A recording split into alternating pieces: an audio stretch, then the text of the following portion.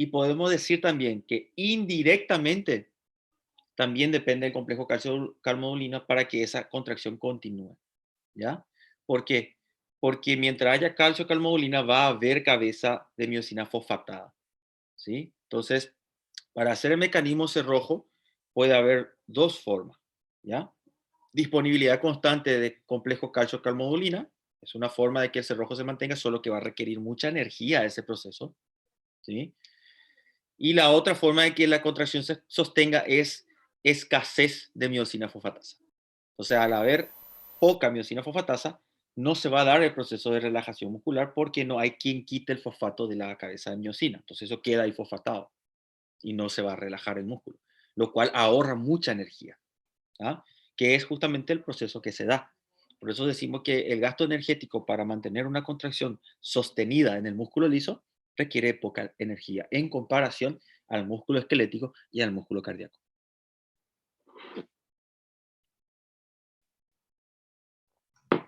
Doutor, Sí, no músculo esquelético, a gente tem os canais de hidropiridina, que são voltagem dependente, né? sí. E no coração não tem esse canal, ele é canal lento de cálcio, é isso?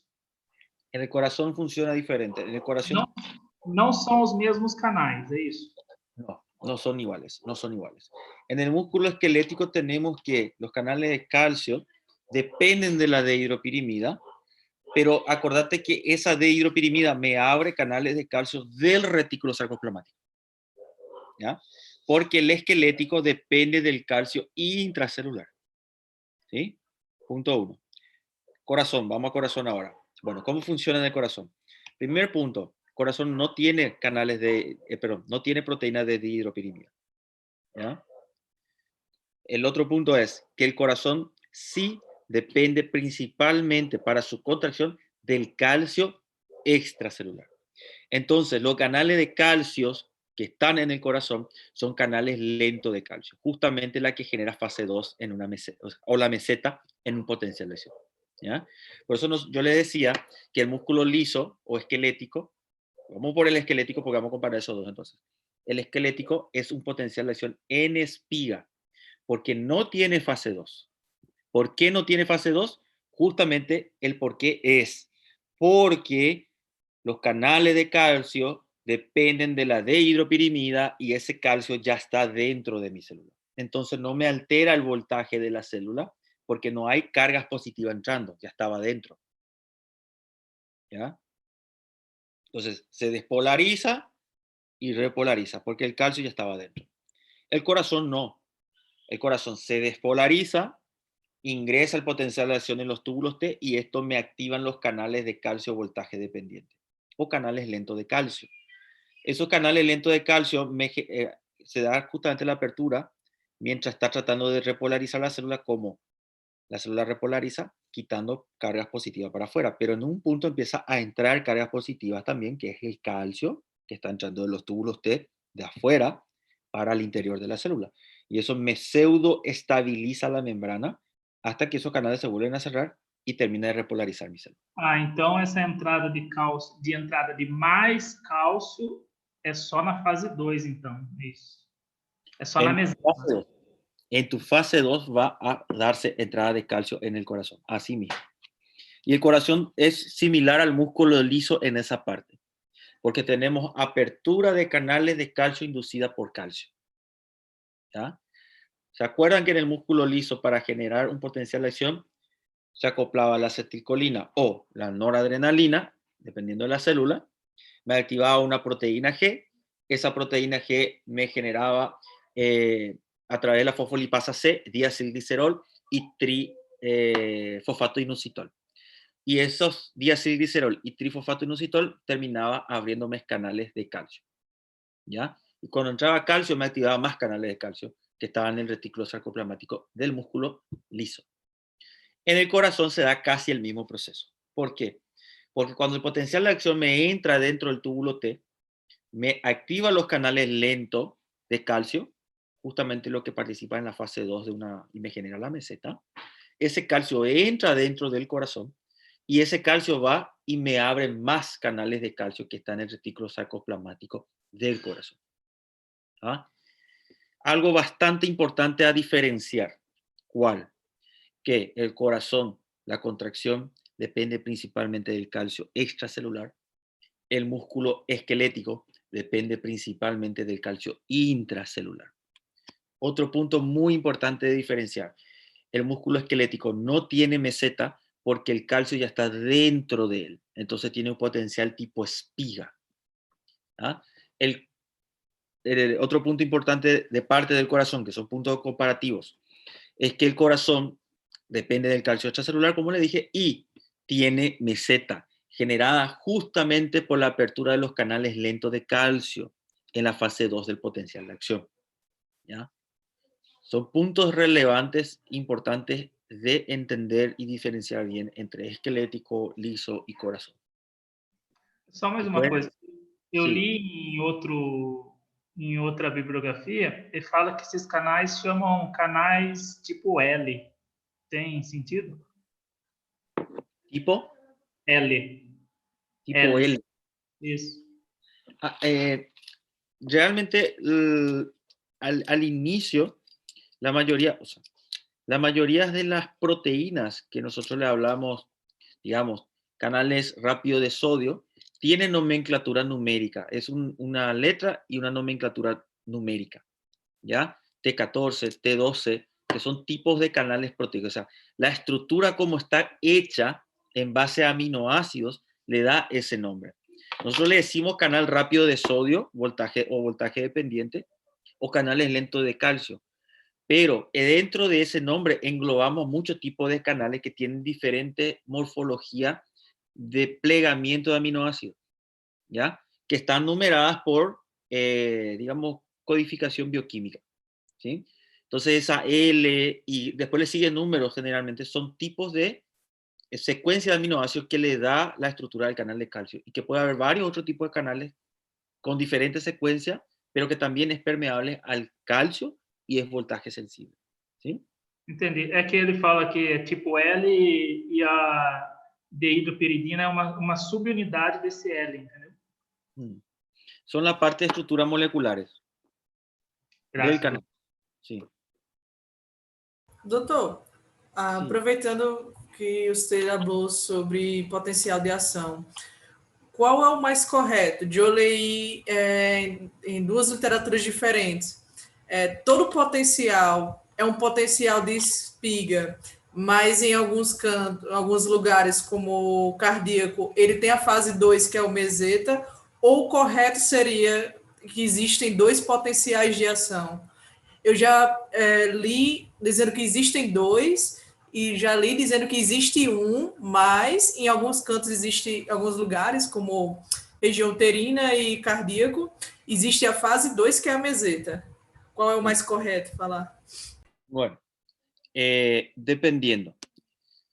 Si el autor del libro toma como clasificación el tipo de potencial de acción generadas en base a histología, ellos siempre clasifican en dos tipos: potencial de acción en espiga y potencial de acción MZ. ¿Ya? Si tomamos eso, se clasifica en dos formas. Cuando el autor toma las bases biofísicas del potencial de acción, hay uno solo. ¿Por qué? Porque si nos remontamos a la definición de potencial de acción, el potencial de acción es un cambio brusco en el potencial de membrana. Ambos generan cambio brusco en el potencial de membrana. Es decir, que los dos son un tipo de potencial de acción. ¿Sí? Entonces, y ahí se clasifica en base a las fases. Fase 0, 1, 2, 3 y 4. Entonces, ese es el de meseta, por cierto, ¿verdad? Y ahí tenemos entonces que dice que el espiga no tiene la fase 2. ¿Ya? Está hablando de un mismo potencial de acción. Es decir, sigue hablando de un cambio brusco del potencial de membrana. Es un solo. ¿Ya? Entonces, si nosotros vamos por morfología de las ondas generadas, podemos decir que hay dos tipos de potencial de acción. ¿Ya? Pero si vamos por la definición del potencial de acción, hay un solo tipo de potencial de acción que, bueno, se clasifica de vuelta en dos, podemos decir. ¿Ya? Nosotros tomamos como que hay dos, así como lo toma el Guyton para evitar confusiones. ¿ya? La clasificación del potencial de acción por morfología de la onda, ¿ya? Entonces tenemos potencial de acción en espiga y potencial de acción en meseta. La de espiga, células muscular lisas, esqueléticas, neuronas, ¿verdad? Y la de tipo meseta, corazón, uréter, útero, ¿ya?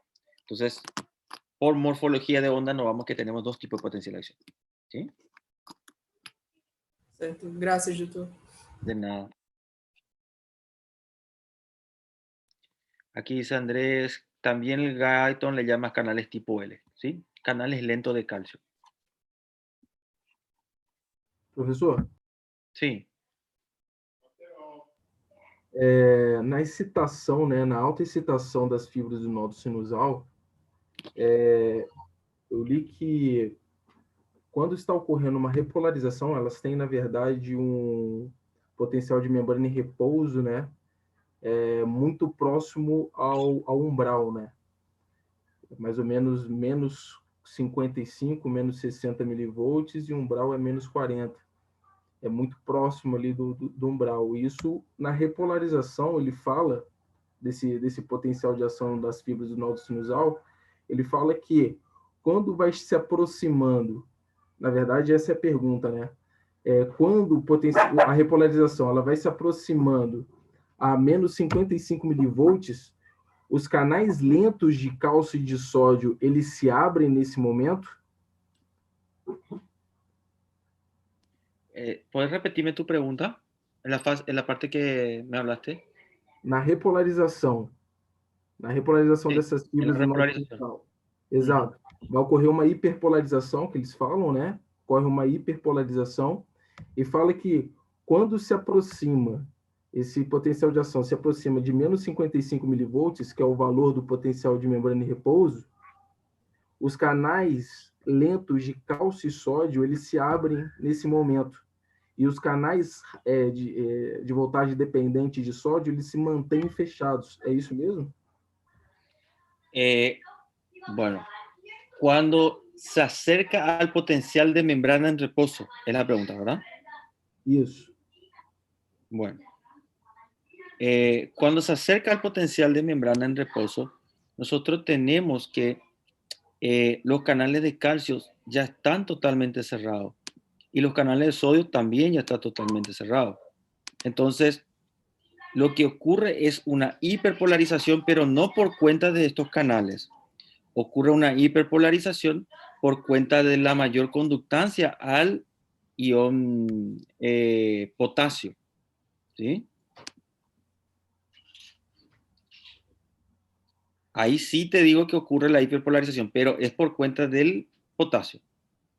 Porque que no Guyton ele fala, ele dá a entender que quando o potencial na repolarização, o potencial de membrana, ele está voltando ao seu estado de repouso, os canais, como é a repolarização, os canais de sódio de voltagem dependente, eles estão fechados, óbvio.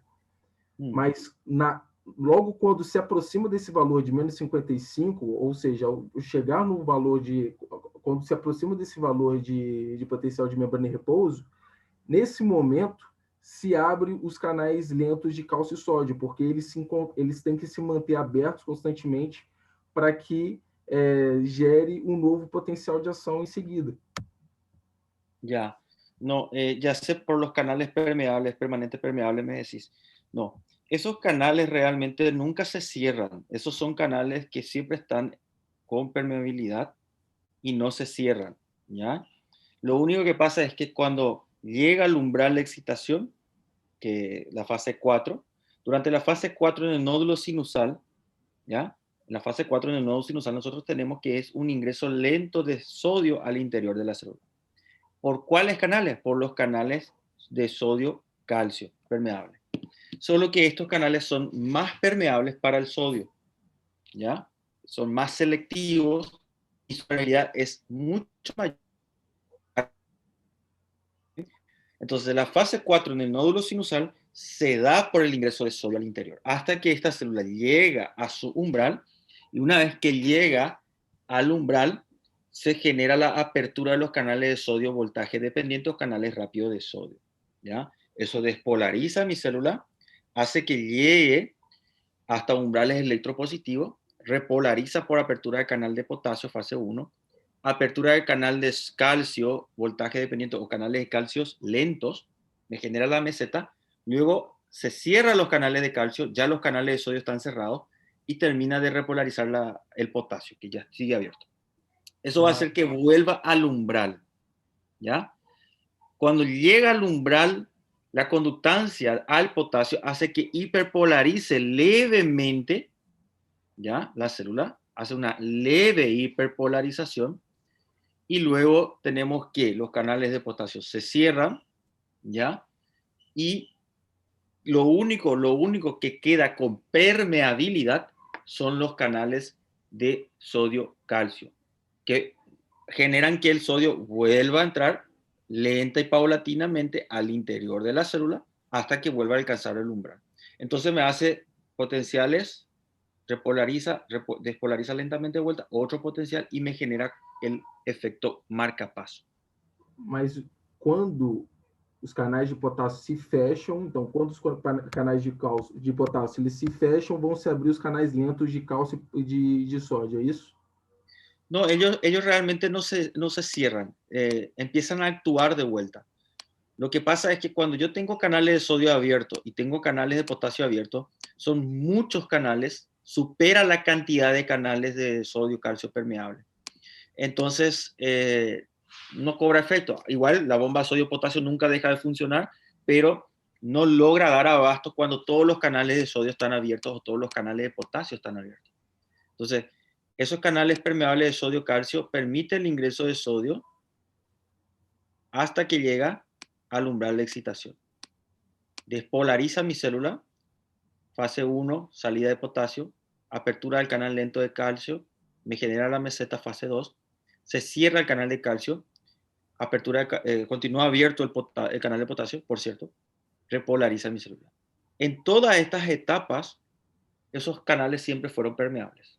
Ah, entendi. Cambiou Então, os canais lentos é só para levar o potencial de membrana para o umbral, e ali no umbral se abre os canais rápidos de sódio para desencadear a despolarização. Así es. Porque aquí, cuando llega a repolarizar todo, la conductancia elevada al potasio me genera una leve hiperpolarización que vuelve de vuelta al potencial de membrana en reposo. Pero como este célula marcapaso y en su membrana está presente los canales permeables de sodio-calcio, vuelve a ingresar sodio hasta que vuelve a alcanzar el umbral y se vuelve a despolarizar. Entonces me va marcando los latidos cardíacos, digamos, de esa manera. Ah, ¿Sí? entendi, professor. Maravilha. Muito obrigado.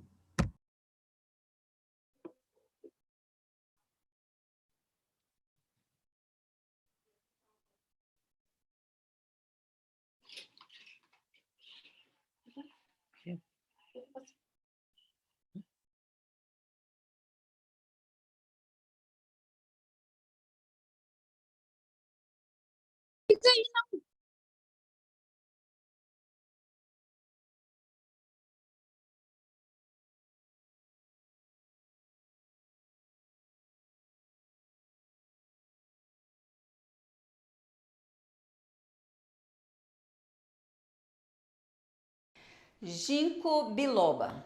Conheça o poder dessa planta. Que planta é essa com esse poder todo?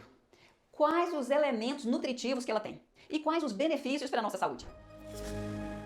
O ginkgo biloba é uma planta nativa da Coreia, da China, do Japão e é uma árvore que chega até 40 metros de altura. E ela pode viver até 4.000 anos. Tanto que ela foi considerada por Charles Darwin. Doutor. Sim, fala um pouquinho sobre os fatores tissulares locais e hormonais que determinam a contração do músculo liso. Bueno, el músculo liso va a depender en parte para que responda a la función, pero la mayoría de ellos responden de la misma manera. Por ejemplo, podemos tener un estímulo químico que irrita la musculatura lisa y cuando lo irrita aumenta la permeabilidad para el sodio y el calcio, ¿ya? Principalmente para el calcio suele ser, y eso hace que la célula llegue al umbral de excitación y se despolariza, ¿ya? Y va a generar contracción. Entonces, estímulo químico. El estímulo mecánico le llamamos aquel estímulo por estiramiento. Es decir, se estira el músculo y al estirarse me aumenta la permeabilidad para el sodio y el calcio y termina generando contracción. Eso, por ejemplo, vamos a ver en las arterias, principalmente vamos a encontrar en el aparato digestivo, en todo el trayecto del aparato digestivo, ¿ya? El esófago, a partir de la orofaringe, ya tenemos ese efecto reflejo, involuntario, por cierto. Entonces ya, una vez que ingresa al esófago, el bolo alimenticio distiende la musculatura del esófago y hace que este se vaya contrayendo, desplazando el alimento hasta el estómago.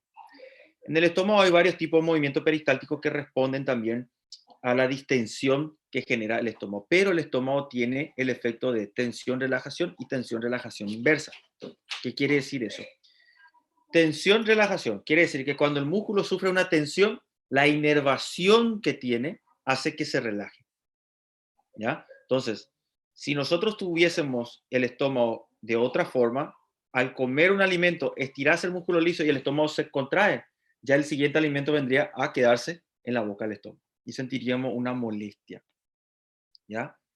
Entonces, cuando viene el alimento, distiende el estómago y el estómago, en lugar de contraerse, hace el efecto tensión-relajación. Es decir, sufrió una tensión esa musculatura, esa distensión hace que se estire las terminaciones nerviosas de Meissner y Ausubach y hace que el músculo se relaje, ¿ya? Hace el efecto contrario. En lugar de contraerse, lo relaja.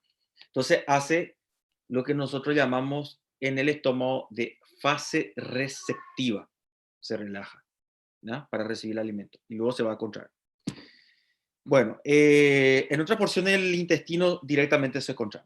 Por ejemplo, el cirujano cuando quiere probar si el intestino es viable, agarra el intestino, ¿ya? Lo saca hacia afuera y le da pequeños golpecitos. Y una vez que le da el golpecito, ¿ya? A ver, la parte blanca, vamos a poner. Le da pequeños golpecitos y cuando le da el golpecito, el músculo se contrae, ¿ya? Justamente el efecto es mecánico, ¿ya? Porque al darle el pequeño golpe, distiende y eso hace que se contraiga. En cuanto al hormonal, a ver, bueno, la respuesta hormonal funciona de esta forma. Por ejemplo, y de vuelta a aparato digestivo porque ahí es donde más hay ese tipo de respuesta. Cuando ingresa el alimento y este alimento tiene mucha grasa a nivel del duodeno, primera y segunda porción del duodeno, este estimula que mi duodeno libere péptido inhibidor gástrico. Ese es una hormona que va a viajar hasta el estómago y va a inhibir la contracción muscular. Les va a evitar que se siga contrayendo. Eso es una forma de evitar que se contraiga, ¿ya? Ahora, ¿cuándo estimula? La misma cosa. Entró el alimento, tiene mucha grasa, estimula que también, aparte del péptido inhibidor gástrico, se secrete colecitoquinina, ¿ya? La colecitoquinina es una hormona también que va a llegar hasta la vesícula y va a hacer que la vesícula empiece a contraerse. La vesícula también tiene músculo liso, entonces es una respuesta hormonal, ¿ya? Y la vesícula se contrae para vaciar su contenido y que vaya a la segunda porción del duodeno y permita la digestión del alimento. Es decir, la saponificación de las grasas y de esa forma que se pueda absorber las grasas. Entonces, esos son los ejemplos más aparato digestivo de lo que tenemos en cuanto a respuesta hormonal. En otra parte del organismo no hay tanta respuesta hormonal, salvo el útero, ¿ya? Que responde a la oxitocina, ¿sí?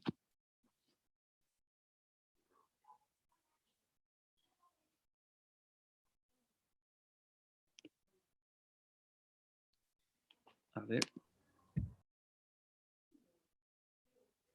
Guyton también, porque el músculo cardíaco no se fatiga. Ah, qué excelente pregunta. ¿Por qué el músculo cardíaco no entra en fatiga? ¿Alguien sabe? Ele não entra no fenômeno de tetanização?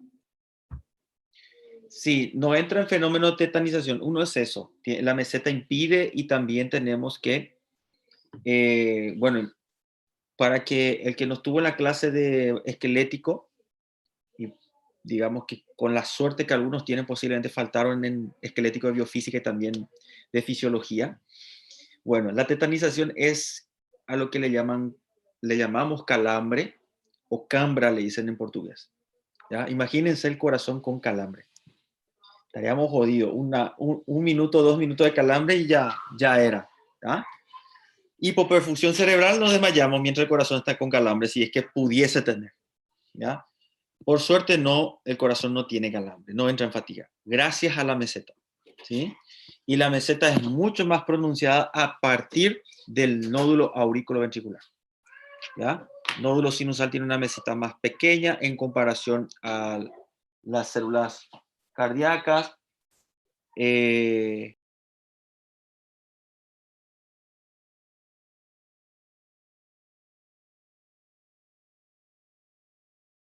Bueno, entonces la meseta más pronunciada a medida que nos vamos hacia el ventrículo, ¿ya? En comparación. En el libro hay una imagen que compara las mesetas o no. Está en mi clase para mí. No está en el libro. Eso yo quité de otro libro que ni siquiera tengo mala referencia. Bueno, pero esa imagen muestra, por ejemplo, la duración de la meseta en el aurículo ventricular en comparación al nódulo sinusal. Y se ve que el nódulo sinusal es mucho más pequeño en comparación al aurículo ventricular.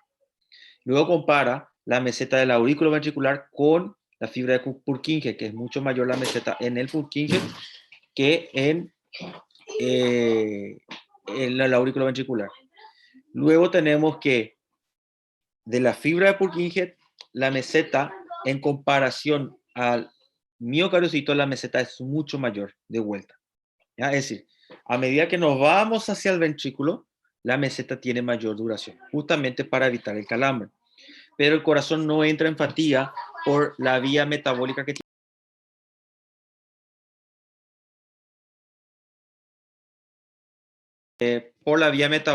tiene. En el caso del corazón, nosotros tenemos que la vía metabólica es a través de fosfolípido. ¿Ya? El corazón funciona a base de grasas para obtener su energía, más que nada. Entonces es una fuente inagotable de energía, las grasas.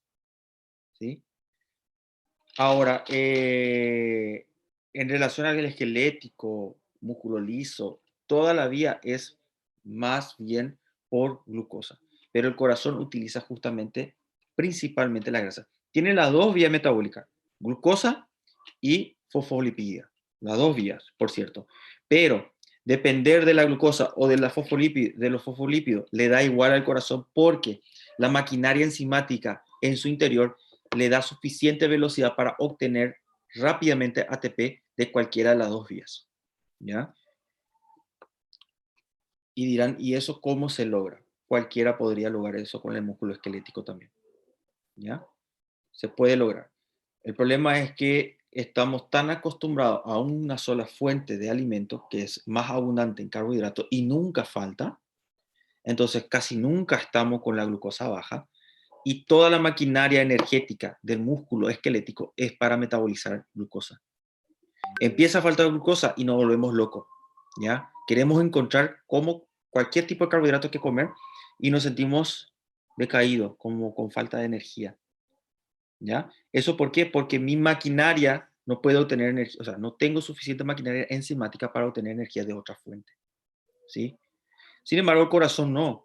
El corazón está ahí, nos acostamos a dormir, 8 horas de ayuno, y el corazón, que nunca paró de latir. Se agota toda la glucosa, el glucógeno, que el hígado va a proveer igual glucógeno hasta cierto punto, y ya empieza a utilizar las dos vías, glucosa y lípidos, y usa las dos vías para obtener su ATP. ¿Ya? Porque el corazón tiene flexibilidad metabólica. ¿Sí? ¿Nosotros podemos lograr con el músculo esquelético eso? Sí se puede lograr. Ahí es donde entra todo lo que es el ayuno intermitente, todo lo que es hacer una dieta cetogénica baja en carbohidratos y alternarlos. Y esa alternancia es lo que hace que nuestro músculo empiece a generar nuevas enzimas para metabolizar la grasa más rápida. Ahí tenemos flexibilidad metabólica. Por eso cuando la gente hace una dieta, la persona hace una dieta cetogénica, los primeros 10 días sin energía, por el piso, duerme todo el día, te va a dormir como si fuese un oso invernando, ¿sí? Pero después de 10 días empieza a sufrir insomnio. ¿Por qué? Porque tiene tanta energía, hay tanta energía en su organismo que no puede dormir, ¿sí?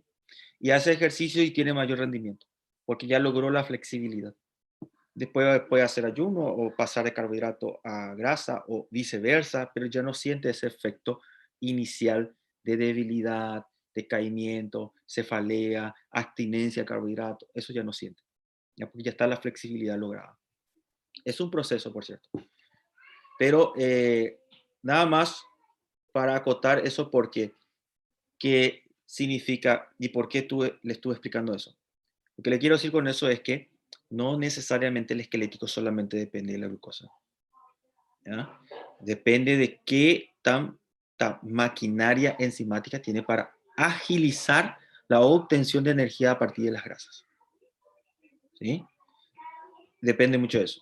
Puede lograr lo mismo que el corazón en cuanto a ese mecanismo, ¿sí? El corazón siempre está trabajando, nunca deja de contraerse como si lo hace el esquelético cuando están ahora, por ejemplo, sentados frente a la computadora o leyendo 12 horas por semana fisiología, que espero que lo haga, ¿sí? Ahí sí, el músculo esquelético está en reposo y tiene glucosa constantemente y vuelca toda su maquinaria para obtener energía de la glucosa.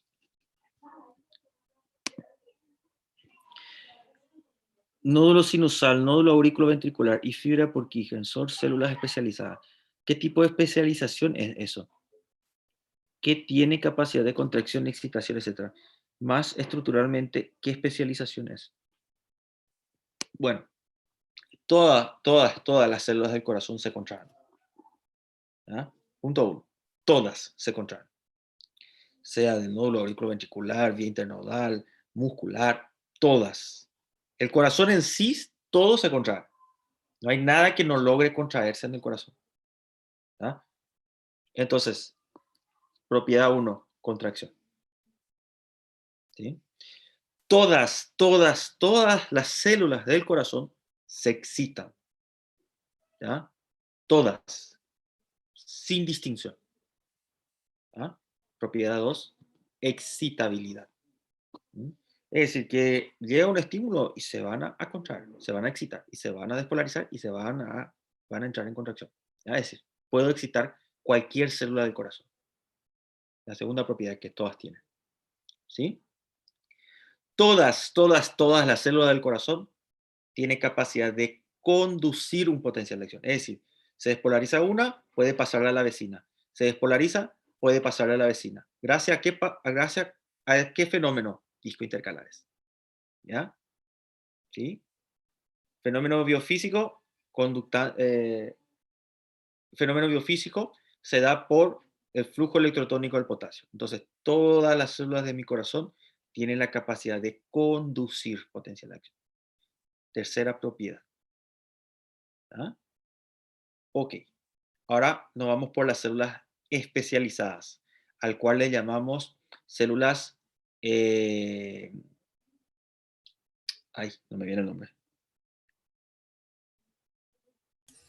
Fibras Excitables. No son excitables. Las células especializadas son el sistema éxito conductor del corazón. El sistema éxito conductor del corazón está formado por las células especializadas. ¿Qué cualidad tiene esta célula? Las que las otras no tienen. La cuarta propiedad. La cuarta propiedad es capacidad de autoexcitación. ¿Ya? Esa cuarta propiedad no todas tienen. Estas tres tenían todas. Donde yo buscase encuentro. Pero esta cuarta propiedad, la de autoexcitabilidad, es exclusiva de las células especializadas que forman parte del sistema éxito conductor del corazón. ¿Quiénes son esas células? Son grupos celulares que se encuentran en el nódulo sinusal, en el nódulo auriculoventricular y en la fibra de Purkinje. Tienen la capacidad de generar su propio potencial de acción. ¿Y por qué tiene esa propiedad estas células y las otras no la tienen? Porque estas son las únicas células que tienen canales permeables de sodio-calcio en su membrana. Justamente una de las preguntas de uno de los compañeros. Entonces, por eso puede autoexcitarse. La frecuencia de autoexcitación varía una de otra. Nódulo sinusal tiene la capacidad de despolarizarse de 60 a 100 latidos por minuto, o 60 a 100 potenciales de acción por minuto. Nódulo auriculoventricular tiene la capacidad de generar entre 30 a 40 potenciales de acción por minuto. Fibra de Purkinje puede generarme entre 15 y 30 potenciales de acción por minuto. ¿Ya? Todas tienen la capacidad de autoexcitarse. Ahora, ¿quién lleva la marcha, el líder? El nódulo sinusal. ¿Por qué? Porque se despolariza primero y luego el potencial de acción viaja de una célula a otra por la primera propiedad. Por la segunda propiedad, que es la capacidad de conducir potencial de acción. Y pasa por los discos intercalares de una célula a otra.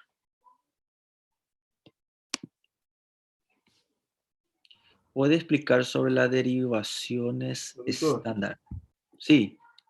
o impulso gerado no nódulo sinusal, ele vai ter um atraso no nódulo atrioventricular para que ocorra primeiro a contração na aurícula, é isso? No, el atraso ocurre por un fenómeno que se da a nivel del haz de His. ¿Ya? Tenemos que el potencial de acción viaja del nódulo sinusal al nódulo auriculoventricular en 0,03 segundos. O sea, se genera en el nódulo sinusal, se despolariza toda esa zona, 0,03 segundos, luego viaja ya por las vías internodales, que demora 0,03 segundos en llegar al nódulo auriculoventricular. ¿Ya? De allí hay un retraso de pasar del nódulo auriculoventricular al A de His, 0,03 segundos. ¿Ya? Y en despolarizarse todo el A de His, otro 0,03 segundos. Entonces, cuando el potencial de acción ya pasó a ventrículo, estamos ya a 0,12 segundos del punto en que inició mi potencial de acción. Ya toda la aurícula se despolarizó y ya entró en contracción. Ya toda la sangre que estaba en la aurícula pasó al ventrículo, para cuando el potencial llegó a ventrículo. Allí va a viajar por toda la fibra de Purkinje en 0,03 segundos nuevamente, se va a esparcir por todo el endocardio en 0,03 segundos de vuelta, va a pasar por todo el miocardio para el epicardio en 0,03 segundos y entra en completa contracción y ahí inicia la contracción isovolumétrica del corazón. ¿Ya? En total demora 0,22 segundos en despolarizarse todo el corazón. Pero el que permite que la aurícula contraigan antes que los ventrículos es el retraso que se da de 0,03 segundos a nivel del A de His. Ah, entendi. Então, o atraso ele se dá pelo impulso ter que passar por essas estações até chegar nas fibras de Purkinje e dar a contração ventricular, é isso? Uhum. Obrigado, Doutor, Sim. eu tenho anotado aqui como dois atrasos, que um atraso do nódulo auriculoventricular e o outro atraso do Haz de His, que no total todo de atraso dá 0,13 segundo. Tá errado? 0,13. No todo es atraso. No todo es atraso. ¿Ya? En propagarse potencial de acción tenés 0,03 en el sinusal, por la otro más 0,03 en la vía internodal, y en propagarse potencial de acción en el aurículo ventricular, 0,03. Y ahí se da el retraso del aurículo ventricular al A de His, 0,03. Y en pasar por todas las A de His, que son microfibras muy pequeñas, entonces el potencial de acción viaja más lento, hay otro 0,03. Un atraso real es 0,06. ¿Ya? Pero entre el aurículo ventricular hasta que pasa al ventrículo, vas a ver que el Guyton suma 0,09 de retraso total. ¿Ya? Eu tenho esse anotado, de Sim. 0,09. Aí Assim. depois no Haz de His tem um atraso um pouco antes que se fala um atraso final, que eu tenho anotado como 0,04. Se habla de un atraso, pero realmente una propagación lenta del potencial de acción, porque el A de His, vamos a tener que toda la vía internodal y el sinusal y auriculoventricular son fibras gruesas que conducen rápido el potencial de acción. Pero cuando llegan al A de His, es como que una fibra gruesa se divide en muchas microramas y tarda más en propagarse de una fibra gruesa a las microramas, el potencial de acción. ¿Sí? Então, é esse o atraso que eu falo para você de 0,13. Ahí sí, a nivel sim, é esse. sí, es un... Tá certo, então. Sí, podemos considerar como un atraso, pero sí, es realmente la propagación a nivel del haz de Higgs del potencial de acción, que demora 0,03. ¿Ya? Ok, obrigada. De nada. Creo que el Guyton tiene una imagen mostrando esos tiempos de propagación. Es interesante que aprendamos esos tiempos de propagación porque así queda mucho más fácil entender los intervalos en un electrocardiograma. ¿Ya? Por ejemplo, vamos a tener, desde que inicia el potencial de acción, inicio de la onda P en la aurícula. ¿Ya? Ahí inicia mi potencial de acción. ¿Ya? En propagarse en toda la aurícula hasta el nódulo auriculoventricular lleva 0,06 a 0,09.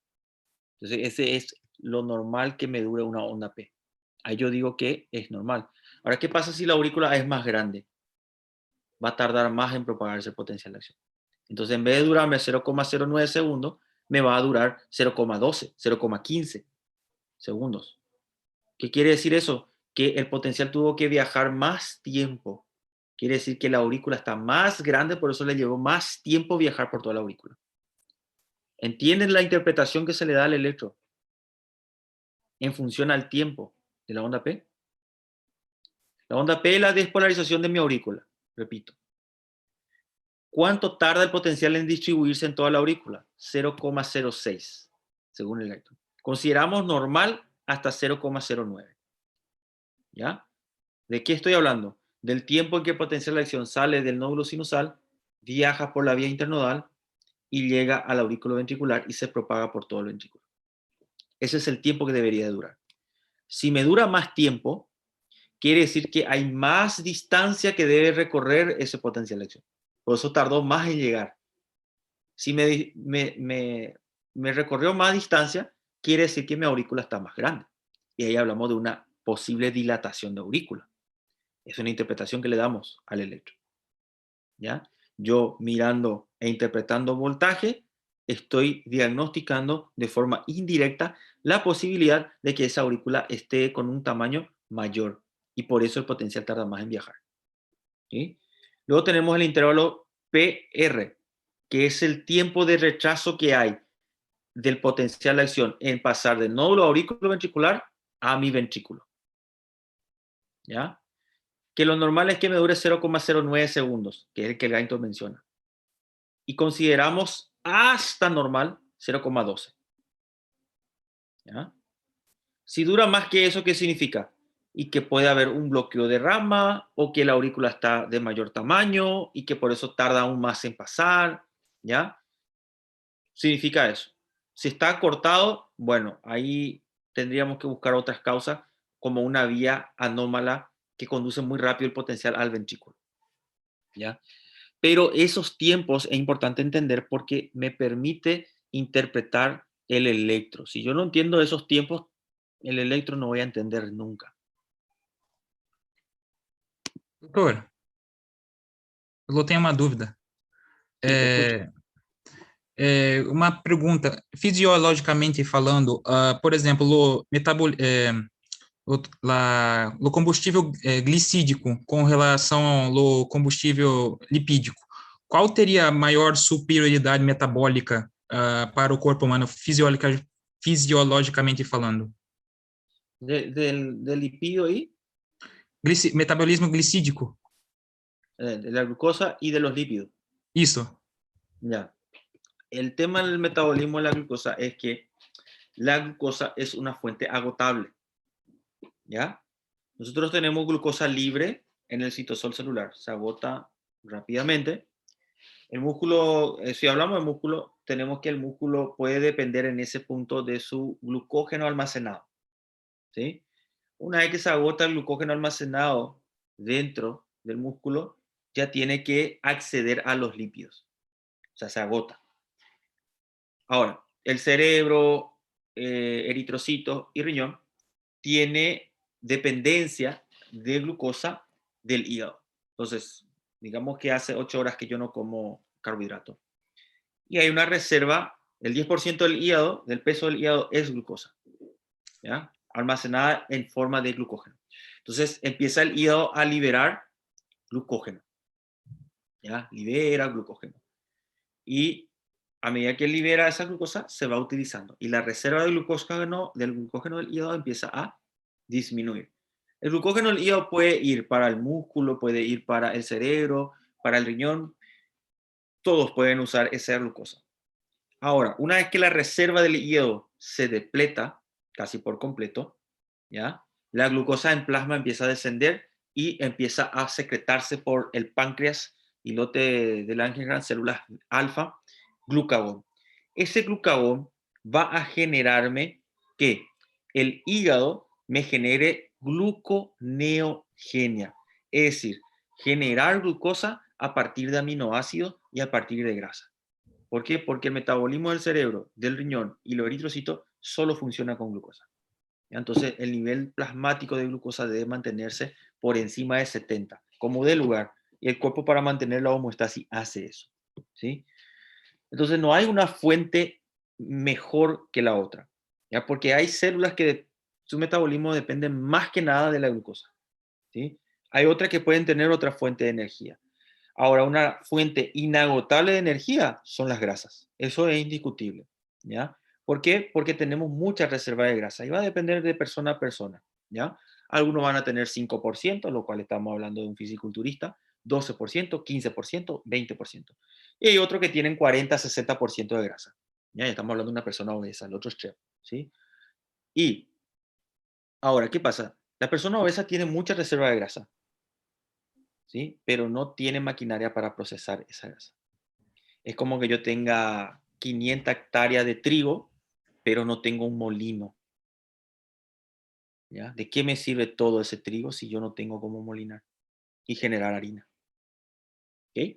Entonces, más o menos pasa algo así. Tiene mucha reserva de lípidos, pero poca maquinaria para metabolizar lípidos. Entonces, ¿qué pasa en esas condiciones? Hace ejercicio, cae la glucosa, se libera la reserva de glucógeno para mantener y ya empieza a aparecer ese apetito voraz por querer carbohidrato, el cual es inconsciente y es instintivo, ¿sí? ¿Por qué? Porque su organismo no tiene maquinaria para utilizar esas grasas, porque nunca le dio la posibilidad o la necesidad de que lo utilice, ¿ya? Lo cual se logra con la flexibilidad y, bueno, es un proceso que se puede hacer, pero se logra. En un paciente obeso igual se logra. Sin embargo, una persona que ya es fisiculturista, a años, que constantemente hace ese efecto de comer, aumenta las grasas, luego secarse, le dicen ellos, ¿verdad? Disminuye de vuelta las grasas. Ellos ya tienen la flexibilidad metabólica. Entonces les es muy fácil para ellos hacer el proceso de secado para que se marque el cuerpo. Una persona que lo va a hacer por primera vez es muy difícil, ¿ya? Porque todavía no tiene suficiente enzimas para metabolizar grasa, está todavía en la abstinencia al carbohidrato y, bueno, la disciplina que tiene que tener. Entonces va aprendiendo a palo, ¿ya? Apañando, como le dicen ustedes. Entonces, cuando ya hace varias veces la misma estrategia, cada vez más fácil, porque el organismo se adapta, ¿ya? Proceso de adaptación. Ahí entra el mecanismo homeostático de adaptación. Si constantemente me falta glucosa y constantemente mi organismo tiene que usar la llave para acceder a las grasas, se tiene que adaptar. Entonces me genera más enzima para metabolizar grasa. Fenómeno de adaptación. Para seguir manteniendo la homeostasis energética, ¿sí? Muchas gracias, doctor. Nada. ¿Cómo saber cuánto latido del corazón late en este segundo? No entendí la pregunta. ¿Cómo saber cuántos latidos el corazón late en este segundo? Yo creo que ¿cómo saber la frecuencia cardíaca? Creo que es lo que tiene como duda. Eso, profesor. ¿Sí? Ya. Bueno, nosotros podemos utilizar métodos directos para interpretar la frecuencia cardíaca en base a los potenciales, porque cada potencial de acción me genera un latido cardíaco, ¿sí? Entonces, ¿qué son los potenciales de acción? Son cambios, son flujo eléctrico. Y el electrodo del electrocardiograma es el que me puede detectar esos flujos eléctricos. Entonces, la manera más fiable y fidedigna de estudiar los potenciales de acción del corazón es el electrocardiograma, ni siquiera el eco. ¿Ya? Decir, ah, no, un ecocardiograma es mejor que un electro. No. El ecocardiograma me puede mostrar fracción de eyección, musculatura, masa, me puede mostrar cavidades, alteraciones estructurales, pero no me va a mostrar cómo está el sistema de éxito conductor y cómo se está comportando los potenciales de acción en el corazón. El único que me muestra eso, el electrocardiograma. Entonces no es que un estudio superior a otro tampoco, no pasa eso. ¿Ya? Los dos son utilizados acorde a criterio clínico. Ok. La forma más fácil que nosotros tenemos es pulso. ¿Ya? Tocamos el pulso periférico, ¿ya? Y eso es una forma indirecta. A ver si se ve. Ahí, bueno. Dedo. Siempre utilizamos 3 dedos, ¿ya? A nivel del canal, los 2 primeros dedos van a generar presión y el dedo del medio va a sentir palpitación, ¿ya? Puede pasar en que el pulso periférico no coincida con los latidos cardíacos. Puede pasar cuando hay un aneurisma de aorta y justamente afecta ese lado, ¿sí? Entonces, otra forma más fidedigna que tocar el pulso periférico es estetoscopio y directo al corazón, ¿ya? Y ahí los sonidos cardíacos me van a determinar la frecuencia cardíaca, ¿sí? Pero eso no me va a poder mostrar cómo está eléctricamente ese corazón, ¿ya? Yo puedo tener una taquicardia y en el estetoscopio escuchar, y bueno, aquí hay, digamos, 150 latidos minutos, porque yo escucho eso, ¿verdad? Por los ruidos me guío y hay 150 latidos minutos, ¿sí? Toco el pulso, 150 pulsaciones por minuto.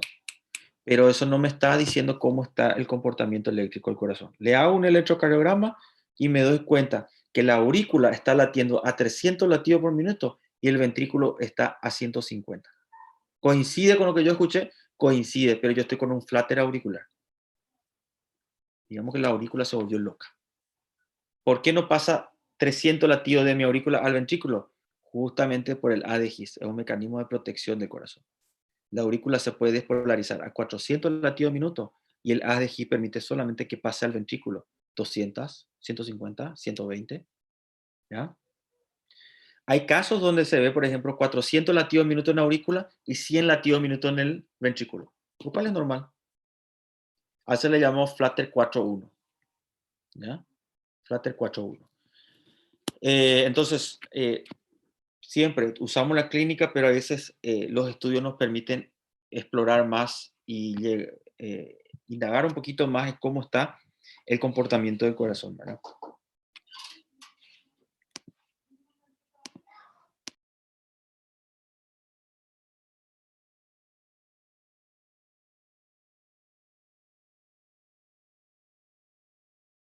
Aquí me preguntan por qué la vasoconstricción puede aumentar el retorno venoso. Bueno,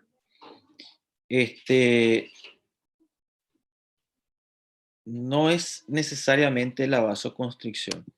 Bueno, cuando nosotros tenemos una descarga adrenérgica, me va a generar una vasoconstricción periférica que se va a dar a nivel de la piel y, bueno, vasodilatación a nivel del músculo. ¿Ya? ¿Por qué? Porque prepara para la huida. Y principalmente la vasodilatación se va a dar a nivel del miembro inferior. ¿Ya? Entonces toda la sangre va al miembro inferior. ¿Qué pasa ahí? Que esa vasodilatación a nivel del miembro inferior para irrigar todo ese músculo hace que más volumen de sangre pase de mi cavidad, o sea, de mi sistema arterial a mi sistema venoso. Y como el paso es más brusco, hace que el sistema venoso levemente se dilate y hace el fenómeno de tensión y contracción. Entonces me genera una venocontracción. ¿Ya? Si mi venas se contraen, ¿ya? Va a generar mayor presión sobre la sangre y va a aumentar el retorno venoso en el lado derecho.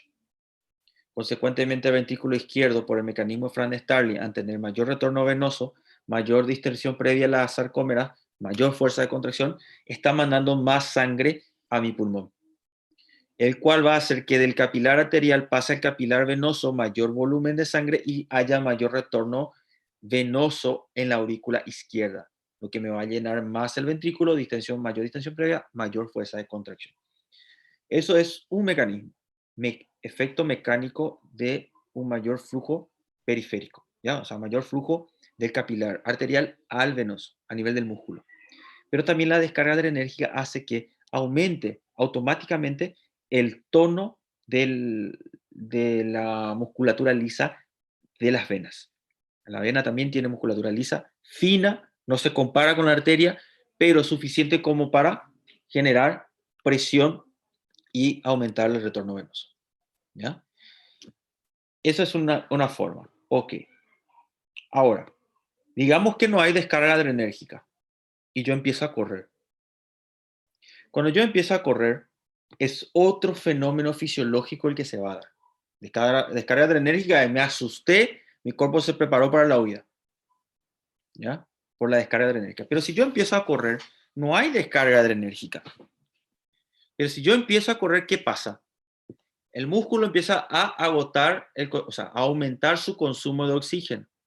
Cuando entremos en el capítulo 17, 18 y 19 del Guyton, vamos a hablar de las teorías metabólicas de la regulación del flujo sanguíneo a nivel capilar, o sea, a nivel del tejido, que responde a depresión de oxígeno o aumento de dióxido de carbono en el intersticio. Si yo estoy utilizando más oxígeno porque mi músculo se está entrando en proceso de contracción, porque estoy corriendo, esa contracción hace que se necesite generar más ATP, consume más oxígeno, depleta, cae la concentración de oxígeno en el intersticio, la caída de la concentración de oxígeno en el intersticio me dilata mi arteria y empieza a venir más flujo sanguíneo a ese tejido, que es el músculo. Y yo sigo corriendo. Mayor retorno venoso también pasa a la vena. ¿Ya? Distiende levemente mi vena y aumenta el tono venoso. Un mecanismo.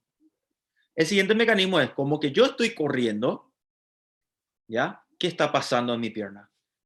La contracción de mi músculo presiona las venas y hace que la sangre suba cada vez más rápido. Cuanto más corra, más se contrae mi músculo, y al contraerse el músculo, cuando hace la contracción isovolumétrica, genera que, digamos que estos dos músculos se contraen y me presiona mi vena.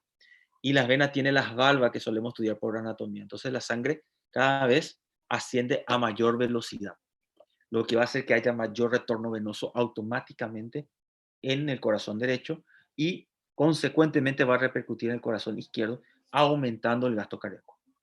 Cuando yo estoy sentado, mi corazón bombea 5 litros por minuto. Pero si yo empiezo a jugar fútbol o a correr 100 metros, mi corazón logra bombear 25 litros por minuto. ¿Ya? Entonces es grande la diferencia. ¿Y a qué responde eso? ¿A la adrenalina? No, al retorno venoso. Netamente a eso. ¿Sí?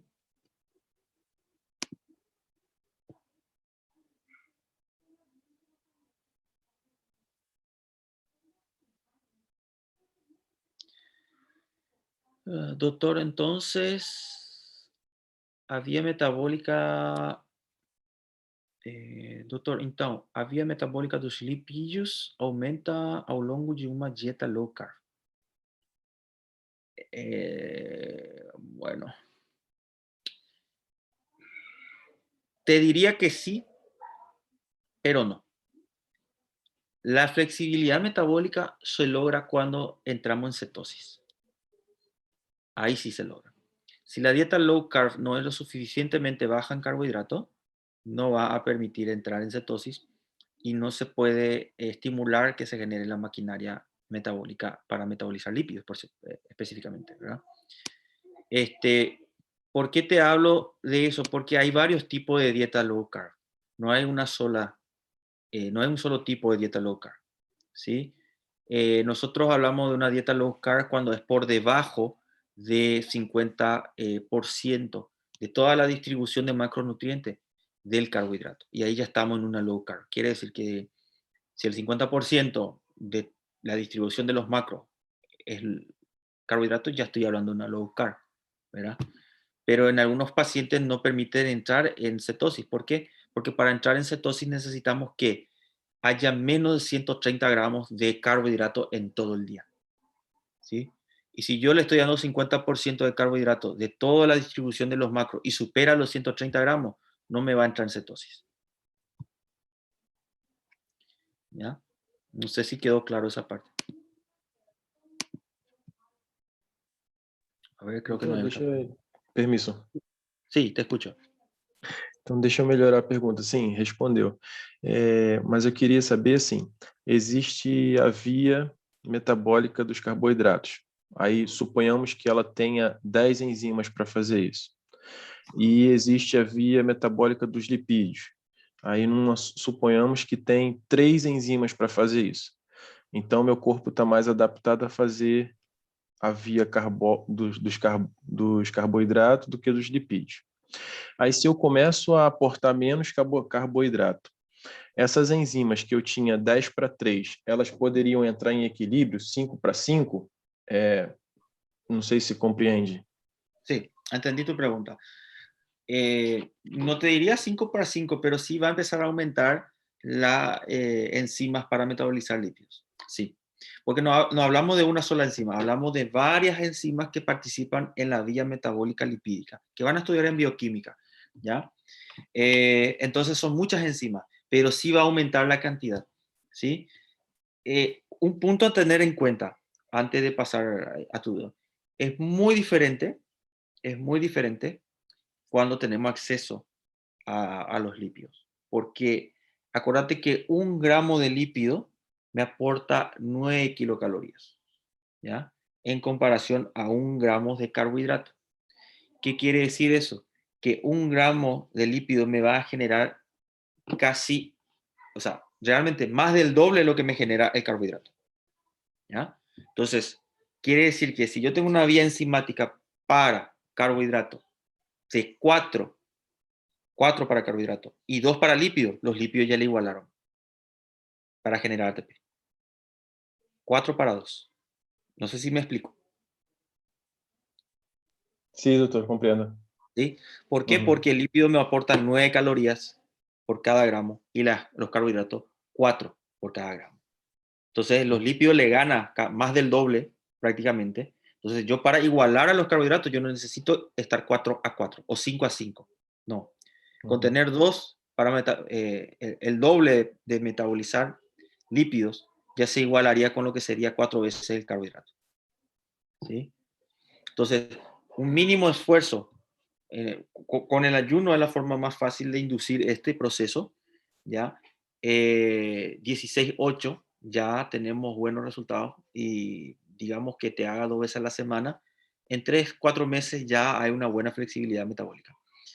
El otro mecanismo sería la low carb, que es muy difícil para algunos, ya luego, y si hablamos de la cetogénica para muchos es más difícil todavía, ¿verdad?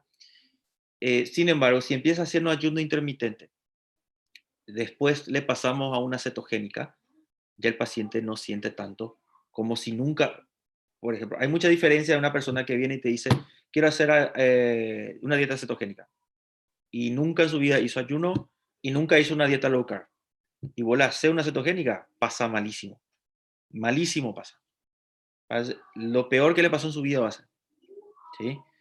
Ahora, si viene alguien que ya hacía ayuno intermitente y alguna vez se hizo una dieta low carb y quiere hacer cetogénica, no sufre tanto, ¿ya? No tiene mucho efecto secundario. ¿Por qué? Porque ya tiene flexibilidad metabólica, ¿sí? Entonces, siempre cuando alguien va a empezar, hacemos progresivo. Empezamos con el ayuno, le hacemos una low carb, intercalamos ayuno, después de que ya lleva cierto tiempo la low carb haciendo su ayuno, le intercalamos la low carb con la cetogénica y logramos hacer flexibilidad metabólica. Gracias, doutor. De nada. Doutor, então a via metabólica do lipídio aumenta ao longo de uma dieta low carb. No, esa es la pregunta, la misma pregunta. A ver, ¿no hay otra pregunta?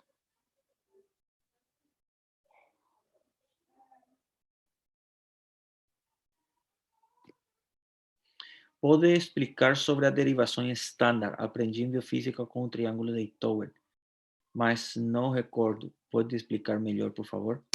Yo coloqué de vuelta, bueno, a ver, sí, habilité los videos, creo que fue el viernes o el sábado, de las clases de electrocardiograma, ¿ya? en lo que respecta a las derivaciones estándar, son las en base a las ubicaciones que tienen los electrodos en los miembros superiores y en los miembros inferiores, ¿ya? Lo que sería D1 para el electrodo, que sería la comparación bipolar, porque es bipolar, o sea, la interpretación y los gráficos en el electrodo es con bipolaridad, es decir, necesito un electrodo positivo y no negativo para que se dé eso. Entonces, yo comparo ambos miembros superiores y ahí tengo lo que respecta a la D1, ¿ya? D1, lo que sería el positivo para la izquierda, el negativo para el derecho. Luego yo tengo la D2, que sería el negativo para el derecho y el positivo para la pierna izquierda, ¿ya? D2. Y luego tengo lo que sería la D3. En el caso de la D3 sería el positivo para la pierna izquierda también y el negativo para el brazo izquierdo. Entonces, esas tres combinaciones de electrodo me forma el triángulo de Einthoven, ¿ya? Y los tres, pongo un punto en el medio y hago converger. Entonces D1 queda horizontal, D2 me queda a 60 grados de la D1, ¿ya? Me hace esto, me hace como una X, ¿ya?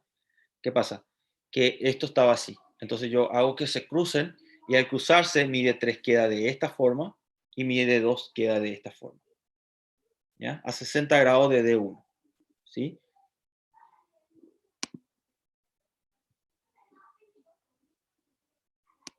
Esta semana tenemos, a ver, me perdí en capítulo, pero te digo que es electro. Creo que es capítulo 12 o 13. Capítulo 11, doutor. 11. Sí, para el cronograma esta semana solamente el capítulo 11. Solo ese, solo electro es, así mismo. La tienen fácil.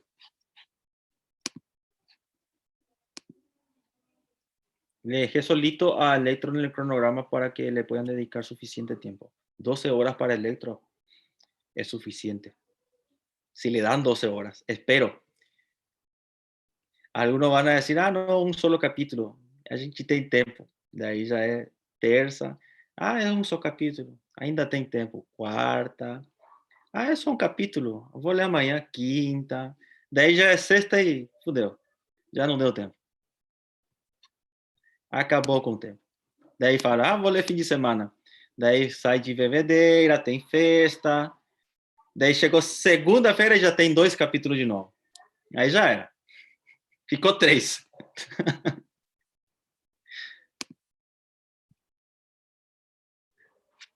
Bueno, assim mesmo. Para quem foi estudante também, né? Só ele sabe o que acontece com a vida de estudante. Só que agora eu sou professor, né? Então não posso ser. Então vou ter que exigir. 12 horas para eletro. Nem mais nem menos. Eu vou estar procurando estado de Instagram. Quero ver postando, lendo o livro. Mas não só tirando foto. Alguns tiram foto e não estão lendo o livro.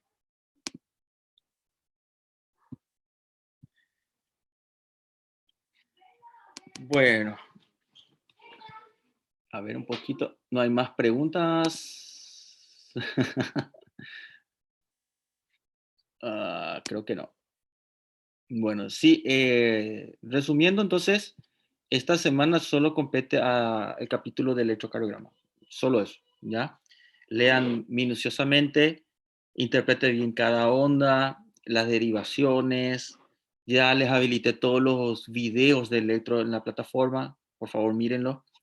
Y después empiecen a leer el libro y traten de entender el máximo posible que le dé el electrocardiograma, ¿ya? Recuerden que horizontalmente es en tiempo y esos tiempos ustedes tienen justamente en cómo se propaga el potencial de lesión en el corazón. Tengan en mente eso cuando están leyendo el tiempo, que sería tiempo de onda P, tiempo de PR, tiempo de QRS. El QRS es la despolarización de mi ventrículo y nosotros vemos cuánto tiempo dura eso en ese gráfico que tienen del tiempo en el que se propaga el potencial de acción. Y la onda T es tiempo en que el ventrículo se repolariza. Eso ya no se ve, por ejemplo, en el gráfico de propagación de potencial, porque me muestra solo propagación, no repolarización. ¿Ya? Después interpretar los voltajes, que significan la amplitud del voltaje, ¿ya?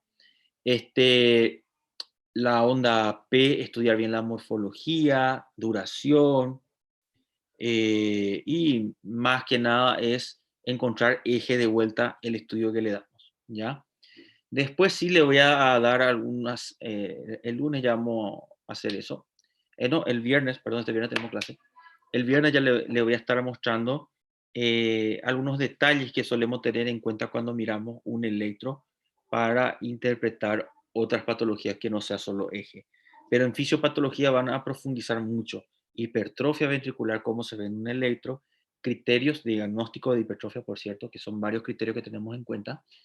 Los bloqueos, ¿ya? De primer, segundo y tercer grado, cómo se da. Los bloqueos de rama derecha e izquierda, cómo se ve en un electro. Un infarto agudo de miocardio, dependiendo de la zona o la arteria afectada en el corazón, se ve en el electrodo en diferentes lugares, ¿ya? Y las taquicardias, cómo se ven, las arritmias, ¿ya? Cómo se ve una taquicardia sinusal, cómo se ve un flutter auricular y ventricular, cómo se ve una arritmia auricular, cómo se ve una arritmia ventricular. Eso nomás tenemos que tener un electro, ¿ya? No es algo difícil, es demasiado fácil. Pero si ustedes se meten en la mente que es muy difícil, se van a bloquear. No se autosaboteen. No existe nada difícil. Nada es difícil. Para serles sincero, no existe nada difícil e imposible de aprender. Solo requiere más tiempo de estudio. Es verdad, en serio. Estudien el idioma que estudien. Hay personas que te aprenden en 6 meses, hay personas que te aprenden en 5 años. Requirió más tiempo nomás, pero te aprenden, ¿ya? Lo mismo pasa con electro o cualquier cosa que quieran estudiar, ¿sí? Entonces, recuerden eso, no se autosaboteen, no existe nada imposible, el electro es muy fácil, pero si ustedes mismos se bloquean, van a ver como algo difícil, la mente ya va a decir que es difícil y va a costar concentrarse, ¿ya? Es fácil, sencillo es el electro, es un idioma, como un lenguaje. Solamente que a algunos les lleva más tiempo aprender y a otros menos tiempo. Entonces no hay nada difícil ni imposible, ¿sí? Yo tuve un compañero que terminó medicina en 10 años. Terminó, ¿ya? Lo importante es que terminó. Quizás le llevó 10 años, pero terminó. No fue imposible, ¿ya? Entonces hay algunos que terminan en 6 y hay otros que terminan en 7, hay otros que terminan en 8, hay otros que terminan en 10 años, ¿sí? Bueno, lo importante es seguir, persistir.